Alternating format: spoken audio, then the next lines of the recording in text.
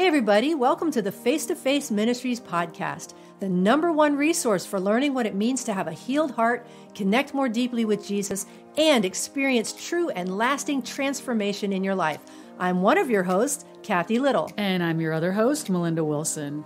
Please hit subscribe so you don't miss the fresh content we're continuing to release. And while you're at it, we greatly appreciate your help in getting the word out by giving us a 5-star rating and leaving a quick review. You can also keep up with us by following our social media by searching face-to-faceministries.org on Facebook. That's no spaces, no numbers, and no caps.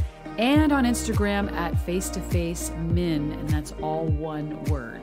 We want to invite you to join us in our free Face-to-Face Heart Healing Network and in our premium network.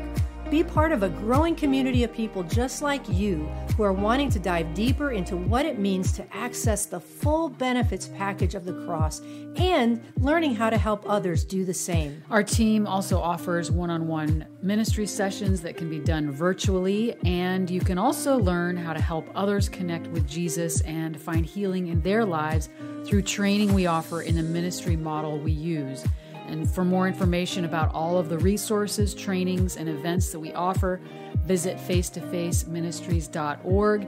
And while you're there, please sign up for our newsletter. All right, so let's dive into today's episode. Welcome to episode 125. Welcome if you have not been here before, and if you have, welcome back. Absolutely. We are just coming off of an incredible Emmanuel Approach training in Charleston, South Carolina. Yes. You know I said that correctly. And actually I don't. I did ask some people that were from Charleston. On how to say it. Correct. And then one lady was like, well, my mom is from here a long time. And she says, Justin. I'm like, okay. That doesn't sound no, it doesn't. As gentle as Charleston, South Carolina. But it was hot there. Let me just say, it was humidity off the chart. Yeah, but y'all. it was so good. It was. So good. So we did it inside.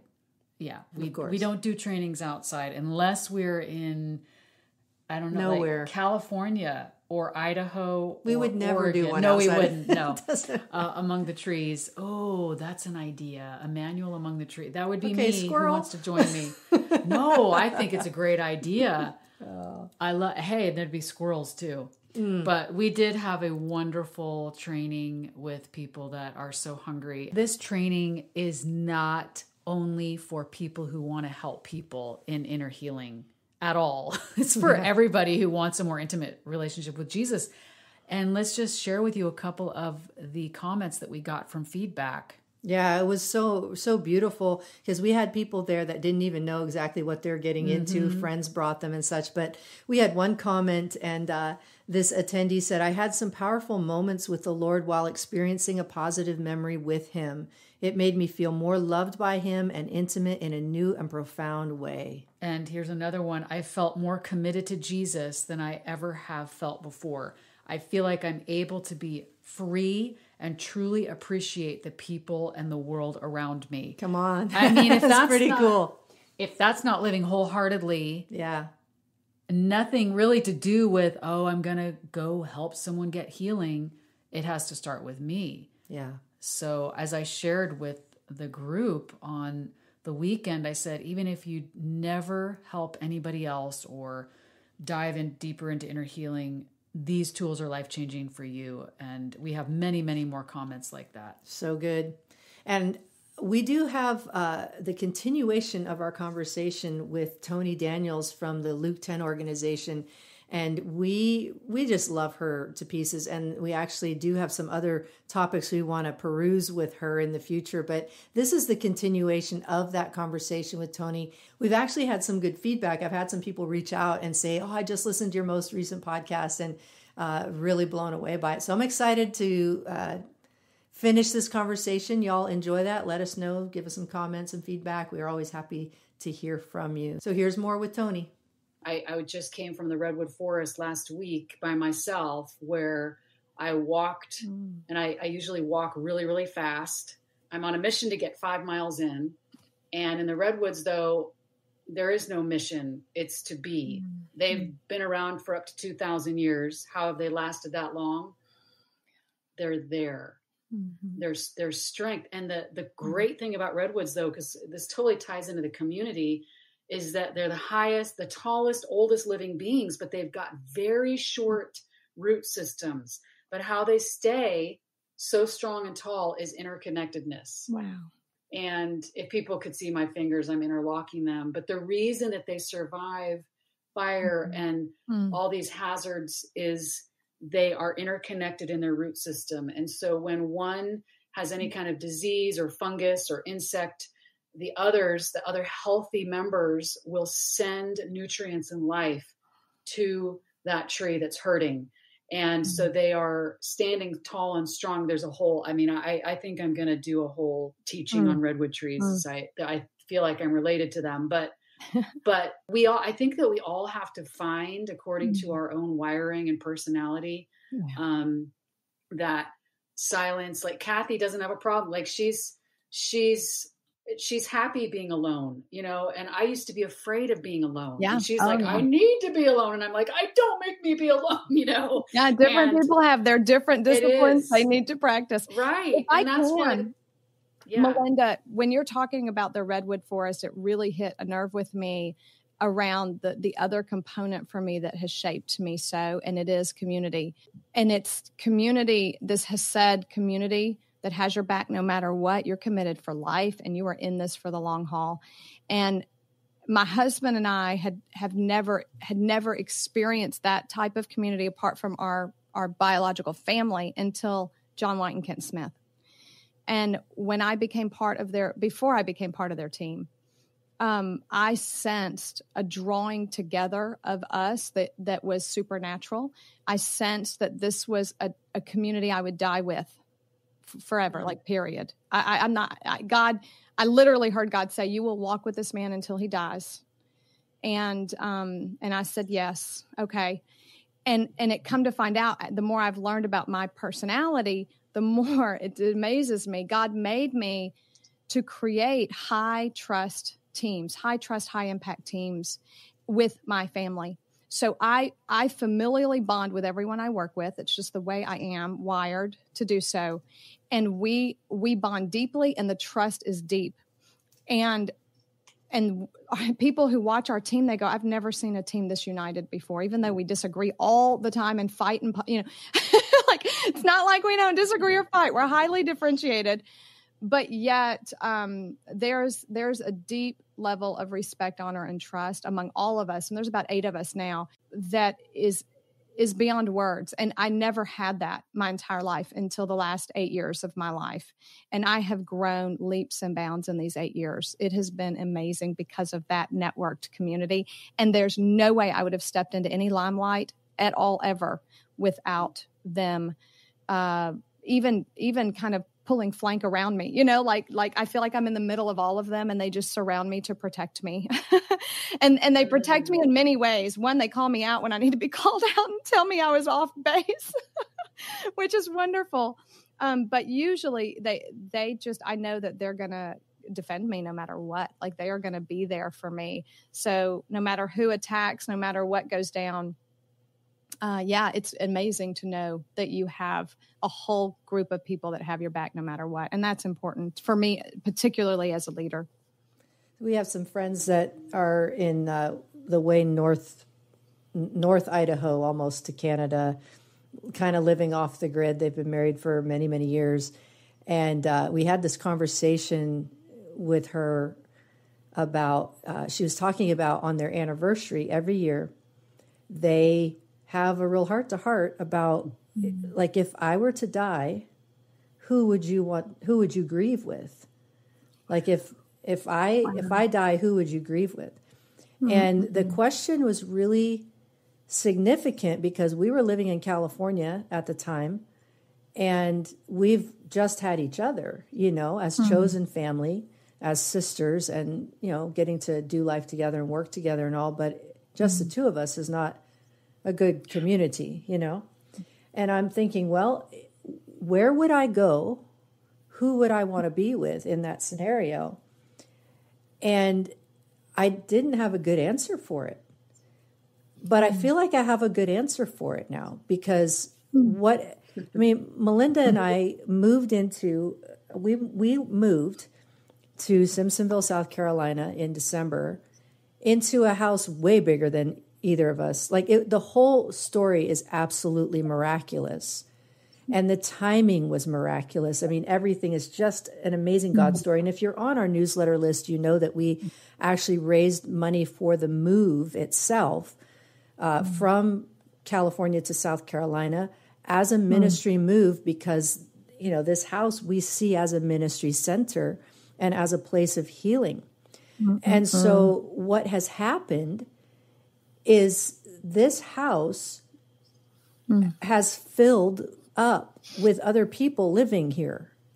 Like we have a full apartment downstairs, which was that was really important for both of us to have space for other people to live with us. And so we have a couple living with us who we absolutely adore. And there is a beautiful Hesed sticky love with these folks. And then just recently, my sister, my DNA shared sister, has also moved in. And Wow. these people that have come to live with us have provided a beautiful answer to the cry of both of our hearts for community, not just meeting at church or once a week here, but we're doing life with these people. And it's been really interesting because we talk about how vital community is, how important it is. We're wounded in community, we heal in community. We have to have community in order to heal. You're not going to heal if you're not community. Like I've taught this, I've heard it, but I've never really seen it from the perspective that I see it now. Wow. But I am watching healing happen in this home, in this community that is very real. Like it has been really interesting because my perspective on not just the fact that community heals you, but how community heals you. Like I'm getting a really good front row seat to that. And it's really fascinating to me. So I understand it from a different level now. And I am also connecting. You know, we laugh because there's so many people moving to this part of the country. Greenville is in the top 10 places that people are moving to right now. And I would say 90% of the people we know have all been here less than a year. So everybody's looking to connect, but we're connecting around the table. We're connecting around like some of the rhythms that Luke 10 teaches, and we're incorporating some of those. And then it's happening in our house. And it's really been fascinating because I feel like I now have, if something were to happen to Melinda, I have people I would grieve with now. Yeah.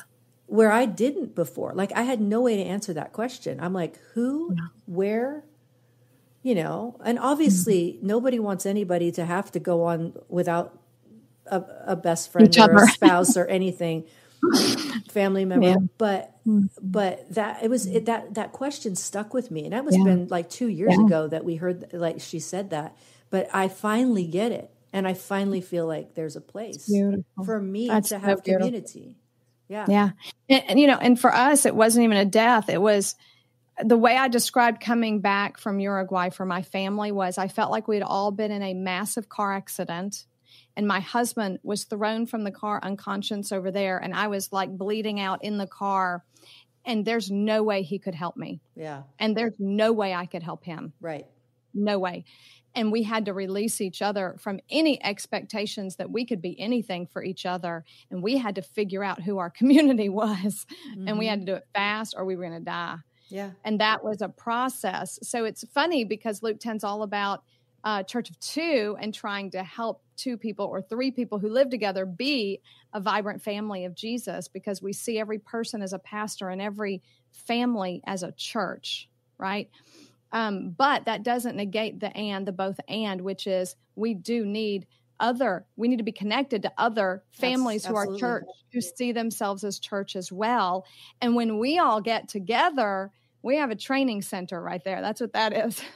Because we are skilled now because we've been practicing in our own homes, and we can be community in Hesed ways, in ways that the world has never seen. Mm-hmm. And we can even carry others now, especially in our eldering as we become elders, and create that for others, teaching them to do that in their own homes as well. So really beautifully illustrated there. We are excited to share with you some opportunities for training and mentoring coming up imminently. In fact, we have just a couple spots left in an Emmanuel mentoring track starting September 13th through October 18th. That's Tuesday nights starting at 7 p.m. Eastern. These have been powerfully impactful tracks that we've done. This will be our third mentoring group. A few of the same people keep coming back because they're gaining so much from it. And so if you have done either a level 1, level 2, or even the intro to Emmanuel, you are welcome to join us, where you will get practical hands-on training and experience and coaching in a very safe environment. And we do have some trainings coming up on the western part of the country in Twin Falls, Idaho, and Polson, Montana. Polson is a level 2, Twin Falls is level 1. Information is on our website at facetofaceministries.org/training-events. And we are also offering another special mentoring track that's going to be much smaller, with specifically Melinda and myself leading exclusively. And we're looking forward to that filling up. It is very limited in space because it is just the two of us leading that, much more personalized and individual attention from both of us. So all of the information for that, to register and reserve your spot, is at facetofaceministries.org/training-events. We'd love to see you either in person or online or both. For those people who have no access to in-person community, can this type of community be created over Zoom? Yes, 100%. And people hate that I say that. And I get so much feedback around, that's not real church. And I get really sad inside when I hear people, one, judging something they've never been a part of, but two, if that's all God has provided me with right now, why would it not be enough? And knowing that it's never enough, because we obviously, you can't come over and take care of my child, right? You can't help me if I'm sick in bed. You can't deliver chicken broth to me. So there is a very real necessity of having people with skin on near you that can be that family for you. But if we weren't there on the internet for half these people in our organization, they wouldn't have anyone. They would have no spiritual community at all, because there is no one they know that can help them develop relational skills to connect with themselves, each other, and God. So we aren't an online community. Every single one of us has a vibrant family of Jesus in their local environment, because they find a friend. God brings them a friend. God brings them a spouse. God brings them at least one other person to check in and listen with. And so every single expression is local, but we train together online because most of us don't have elders locally who can take us to the next level of skill that we need, if that makes sense. Well, I really appreciate you saying that. And I had just read earlier a message from someone who is living overseas as a missionary, and they just said, I've wondered how we can continue to stay here, do what we're doing without the level of community we need. And this is that is case in point. And she was just thanking us for creating and holding accessible space in a way that she's not seen anywhere else. And it's I read that and I'm holding up a heart. We're not even meeting, every day or anything, but what you just said, it's if that's all there is, you say in with inverted commas, it's it's all there is, but wow, that is what they need right now. That person needs. And if they are in some far flung place in the world and there literally is no one that they could relate to on that way, because they're there to serve others, then having that point of contact with people that, I mean, Kathy and I care this. Yeah, we're talking about similar DNA of that, creating a safe place and community. And so, yeah, it's not ideal. Of course, I'd rather be in person. Of course, I don't want to be on Zoom all day. Nobody does. Everyone wants to be together in person. Absolutely. But when that's not possible, this is a godsend. Yes, it is. And you have to realize most of these missionaries are sent out there without community, without elders, and they're in charge of small children. And now they have the weight of being an elder and sacrificially caring for a whole community. Wow. And so they have no elders, and we can be their elders for now, until God brings them elders locally. And God will bring them elders locally, but it could take 5 to 10 years for that to happen. I'm not kidding. And that was our experience on the field. And John and Kent for 2 years were elders for us that we desperately needed, because you cannot offer people what you haven't experienced. Exactly. So if I have not had an elder look into my eyes, listen to me, validate me, attune with me, educe my strength out, how am I going to do that for someone else? I'm not. So that's why I call it training, because they really are, they love me. So it is community, but they're also in my life because they're training me to be more relational, to have a larger capacity, to trauma-proof me if possible, right? And trauma-proof. Yeah. And so that I can continue being there for those that I'm there for, or in my case, we have had to leave altogether, right? So people just don't realize when they speak about some of those things. I don't think they realize the desert that a lot of people live in locally, even though there might be churches everywhere. And even though they might have community is great, but if it's immature community, it's not helping me grow or develop my character. Yeah. Well, and that's like what Kathy was saying. It's like, we don't, just by going on a Sunday is not community. And we could spend a whole nother podcast interview or conversation talking about what community is. And because I think that even if you ask, depending on who you ask, they're going to, what's my community? Well, we get together every Friday and drink and watch movies. Well, that's fine. But, a community could be my sports team, which is awesome too. But what, the getting to the heart of the matter of, hey, I'm really struggling with what I'm tempted to go into depression. I need, it's getting to be with people before they're in that. Like, I'm tempted to have an affair with someone. Not, I had an affair, now I need to confess, but actually being in a place where I can share with you that I'm even going in that direction and help me stop before I get there, instead of having to come and confess and repent and then do all that, which is, great that you have community for that too. But I love that, protecting us from trauma. And I think too, that when we know, of course, the whole definition of joy, someone's glad to be with me in my pain, then we can look back on a traumatic, or what would have been a traumatic and painful event. And it's no longer a traumatic event. It can be painful, but I know that someone was glad to be with me and walked with me in it and wasn't asking me to do anything that I didn't like. No spiritual bypassing, but actually being with me in the mess. I don't think we know how to do that well. So this needs to be another podcast. Needs to be a whole other conversation. Yeah. Because I'm super passionate about it. And Kathy and I have talked about it, and we've had conversations with others. But so let's do a part 2, Toni. Great. Whenever you want. Whenever you want. Yeah. This has been really good, Toni. I'm so thankful for what you're doing. I especially am thankful that you guys have been intentional to connect with us. Like, I feel like that was really a gift, because we didn't really know, and y'all kind of have pursued relationship with us, and it has just continued to become even more and more rich as we continue.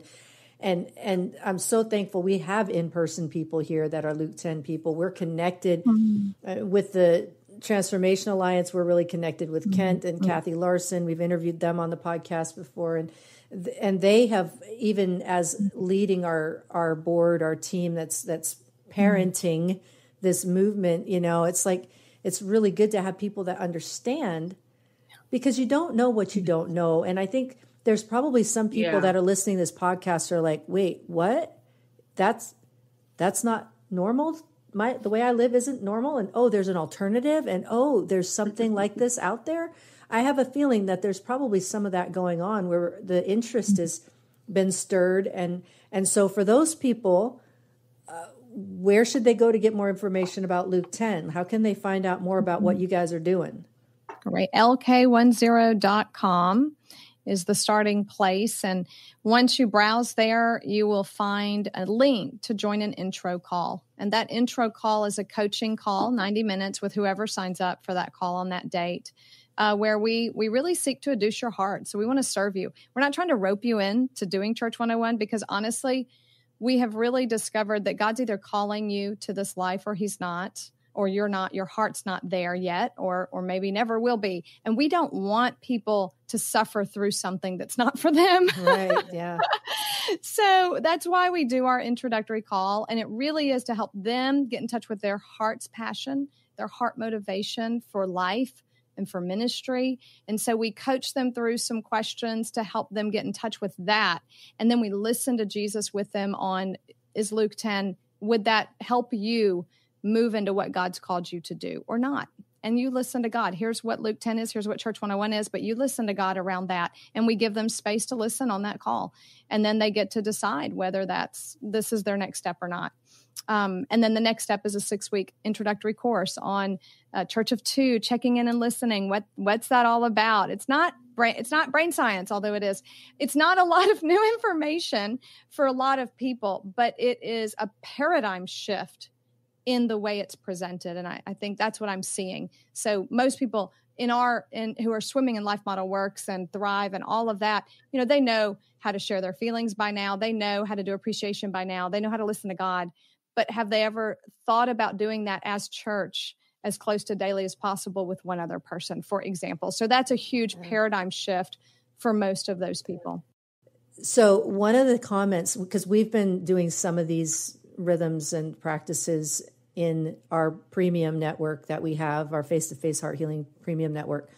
And we're doing that on a weekly basis in a couple different time zones just for our members. And one of the comments that I've gotten, like one of the highest comments, that the reason that this thing has been so profound for them is because of the opportunity to be heard and seen, and the community, as we grow and teach the community in those settings, to respond to where a person is. Like, however, if they're coming to this gathering, this Zoom call in a heavy place, to stop, for the community to stop and say, hey, how can we support you right now? Can we pray for you? Do you want us to listen to Jesus with you? Do you just need to be seen and heard right now? That is the thing that's like revolutionary, because so many people listen to you to just like respond the way they want, but they don't even listen to understand you. And so we're kind of modeling in this group. You guys are modeling this. This is what we're teaching people, some relational skills, to not just listen for the sake of hearing what somebody says, but giving them the opportunity of the circling around you and supporting you as the community. How can we support you? What do you need? How can we be there with you right now? In that moment, that people are like, that's brand new. That's never happened. I've never had anybody ask me that. And yet it seems so simple, but the power of that has been amazing.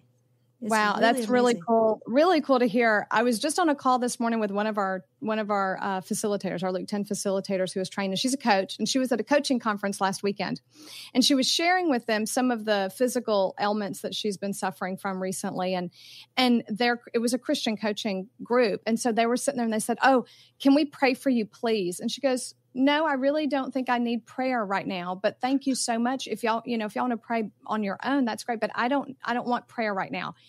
And they kept talking, and then they said, no, we have to pray for you right now. And she's like, I really don't need prayer, nor do I want prayer. Then they ended up praying for her anyway. I kid you not. Wow. And thankfully she's mature enough to just receive it. You know, she's like compassion on weakness, and obviously they needed to pray. So Yeah. I'm glad they It's got more to do about what they needed for me, even though I didn't need this. So it was all about them because she did not need it. So the next morning at breakfast, though, one of the coaches says to her, so I'm curious how that felt for you last night, because I heard you put a boundary up twice and tell everyone you did not want them to pray for you. And they did anyway. How did that feel for you? And she goes, well, let's get gently curious about this. And she says, how did it feel for you when that happened? And she said, in 3 minutes, the whole table was full as she was going through our responding to heavy emotions worksheet with them and talking about how when that they were, and basically through questions, revealing to them that they prayed for her to soothe themselves, not for her benefit, really. It was because they were a little anxious and didn't know what to do with that emotion. And if they could pray for her, they would feel better about themselves. They'd feel better. Wow. Yeah. So that came out. And then she was able to say, if you really want to minister to the person instead of just soothing your own needs, first of all, you can actually say that makes me feel really sad. Can I pray? Because I am sad right now, right? That's totally different than you need prayer. Can I pray for you? Right. Because that's masked and I'm doing something for you when really you're doing something for yourself. But see, this is about people aren't mindful, Toni. They don't know their own heart. This is like backing back up to meditation and mindfulness practices. And people are afraid. This is, again, a whole other conversation, but I'm super passionate about it. But I'm including this in my manual training of knowing your own heart and like being with your own heart and like actually listening to your heart. Yeah. And we're not used to that. Like we're used to giving some prescribed answer that sounds spiritual, but it's not even about the other person.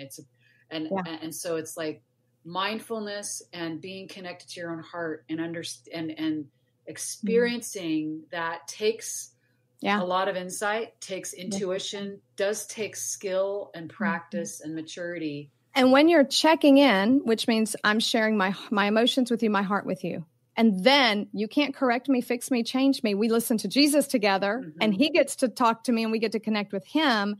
When you're doing that every single day as a couple or as two friends or as a child and a parent, you can imagine that skill growing, that awareness that I don't even need to do this because Jesus is going to talk to this person. So your confidence grows in letting God handle people. Your confidence grows in letting God soothe you, because when you go to listen, if you're upset about your partner and how they feel, God soothes you about that, right? So you start to actually experience the power of silence in these hard moments enough to get your bearings and realize you can live this way. And then gentle curiosity is a huge skill that we practice too. And that's how got this whole table to see themselves, is through these gently curious questions with them and then sharing her heart as well. So yeah, the 5 responses, the one question, what would you like from us today? It's also powerful because it draws out the maturity of the other person, because it's a child level maturity skill to, ending child level, 13 years old. You should be able to explain yourself to someone and know what you need. Yeah. So if I'm treating someone as if they don't know what they need, I'm treating them like a child, and no one likes to be treated like a child. So if I say, what would you like from us today? Or what do you need? I'm trusting them to be a grown adult who can take care of themselves and actually tell me what they want or need. And let's hope most adults are. And if they're not, they're going to rise to the occasion because I am inducing it out of them. Come on. You're going to be like, wow, you think I know what I need? I need to think about that. Maybe I do. Oh, man. And then we give them multiple choices because, that helps. We all forget what our options are. And as you said, Kathy, the options are, do you want us to just be with you? And these options actually correlate to different levels in the brain that get stuck when you're in trauma. So, it is brain science, but, do you want me to just be with you? Would you like us to listen to Jesus together? Would you like us to pray for you? Would you like stories of when I was there? Or would you like to do some coaching so I can help you name some of these things that are going on? Chances are they're in grief and it hasn't been named, for example. That's the biggest one, right? So we offer these opportunities and let them choose in, and we trust their choice. Yeah. So it gives them agency back. And with people who have been traumatized before, that is very powerful and helps them feel very safe because they know no one's going to do something to them that they haven't asked for. So good. And man, I'm so bummed. We're really out of time. Melinda and I have another meeting we have to jump into.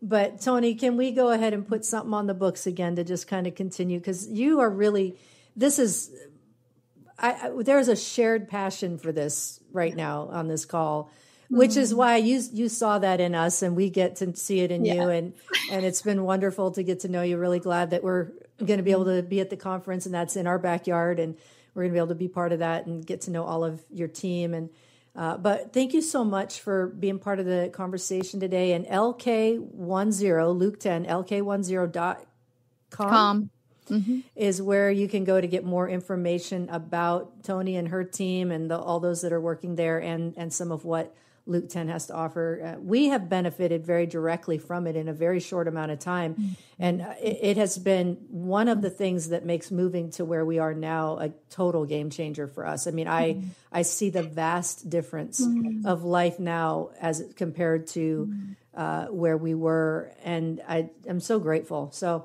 thank you for the work that you're doing. Thank you for all of the sacrifice that you have made to get to this point and continue to the redemption of your story every day that you get to help somebody else and teach and train others to do this as well. So it's really, really beautiful. Thank you so much. Thank you guys. It is an honor. Thank you. It's an honor. I hope you guys enjoyed that conversation with Toni Daniels. Don't you just love her? She's just... You need to check her out too. She's so cool. She's got dreadlocks, y'all. Yes, she does have very long dread. I bet you weren't picturing her with dreadlocks. So go check. You can find her at LK10.org. LK10. Just Google her. I'm like, don't stalk her, but check out her hair. I'm just saying. She's awesome. And we're actually looking forward to spending time with her in person this weekend at the Luke 10 conference. So we'll give you a little feedback on that in a couple of weeks. Thanks again for listening, everybody. We'll look forward to connecting with you soon. Thank you for joining us today. If you're enjoying this podcast, please share it with your friends. And please stay tuned for more great content coming your way.